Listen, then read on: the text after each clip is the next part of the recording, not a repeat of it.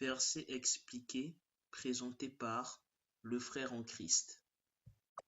Éternel, roi des rois, Dieu de miséricorde, accorde-nous le discernement afin que nous puissions comprendre ta parole par le nom puissant du Seigneur Jésus-Christ notre Sauveur. Amen. Matthieu 7, versets 15 à 20. Gardez-vous des faux prophètes. Ils viennent à vous en vêtements de brebis, mais au-dedans ce sont des loups ravisseurs. Vous les reconnaîtrez à leurs fruits. Cueille-t-on des raisins sur des épines ou des figues sur des chardons? Tout bon arbre porte des bons fruits, mais le mauvais arbre porte de mauvais fruits. Un bon arbre ne peut porter de mauvais fruits, ni un mauvais arbre porter de bons fruits. Tout arbre qui ne porte pas de bons fruits est coupé et jeté au feu. C'est donc à leurs fruits que vous les reconnaîtrez. Dans ce passage ici, le Seigneur Jésus-Christ nous met en garde contre les faux prophètes. Ce sont ceux-là qui se font passer pour des gens envoyés par Dieu, mais qui au fond sont là pour vous égarer de la parole de notre Dieu. Ceux-là vont se servir justement de la Bible pour pouvoir ici nous écarter du chemin que Dieu a tracé pour nous. Mais dans sa parole, le Seigneur Jésus-Christ nous donne la possibilité de les reconnaître, puisqu'il dit, vous les reconnaîtrez à leurs fruits. Ici, les fruits de ces faux prophètes-là, ou plutôt les fruits de ces arbres-là, c'est-à-dire les faux prophètes, c'est nous. Nous sommes les fruits des pasteurs que nous écoutons. Vous êtes les fruits de vos pasteurs. Mais, toi qui m'écoutes, regarde-toi. Qu'est-ce que tu es devenu depuis que tu pries dans ton église? Est-ce que tu es devenu une meilleure personne? Est-ce que dans ton travail tu as connu la prospérité? Pour beaucoup, malheureusement, la réponse est négative. Mais tu continues à prier de la même façon et tu t'attends à ce que le résultat change. Si tu constates que depuis des années, tes prières ne sont pas exaucées, pose-toi la question de savoir est-ce que tu pries de la bonne façon. Si oui, est-ce que l'enseignement que ton pasteur te donne te permet de connaître cette élévation spirituelle?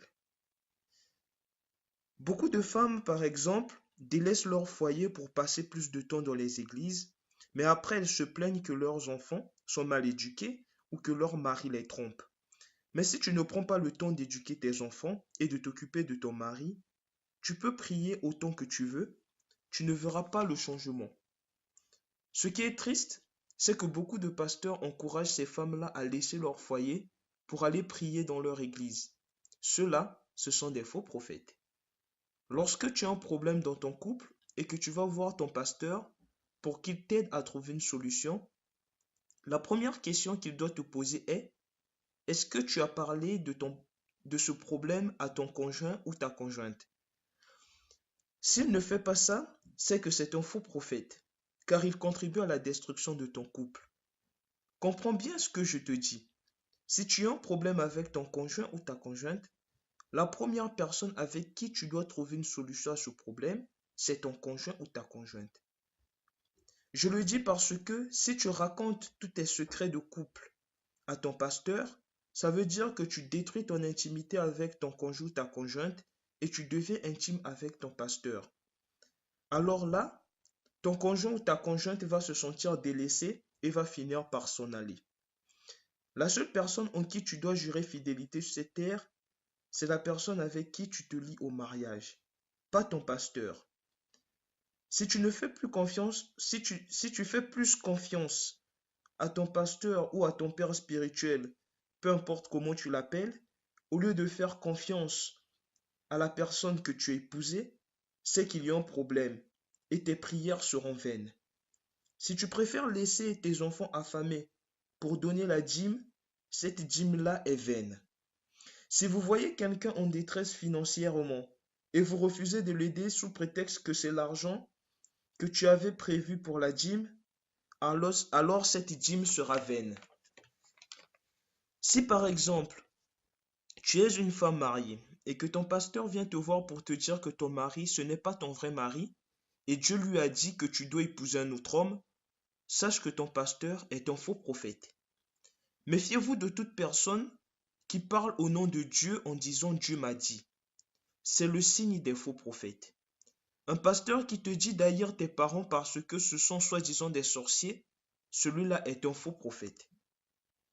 On nous a tous appris qu'il faut se méfier des inconnus, mais vous êtes nombreux à aller parler de vos problèmes à votre pasteur alors que vous ne le connaissez même pas.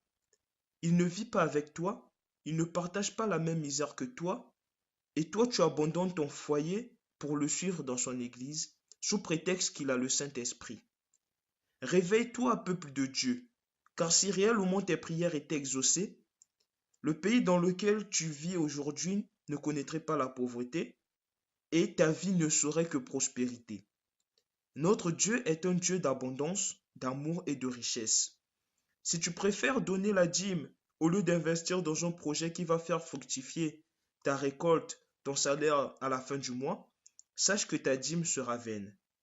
Pendant que toi tu luttes pour trouver à peine de quoi manger, tu préfères venir donner ton salaire au pasteur pour que Dieu puisse faire fructifier cela.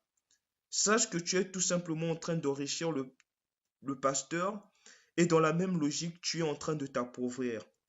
Enfant de Dieu, que l'on ne te trompe pas. Il n'y a que le travail des mains qui rend prospère. Rien ne sert de passer des heures et des heures dans l'église, ça ne va rien changer à ta situation. Ainsi s'achève l'explication de ce passage biblique. Dans le nom puissant du Seigneur Jésus-Christ notre Sauveur. Amen.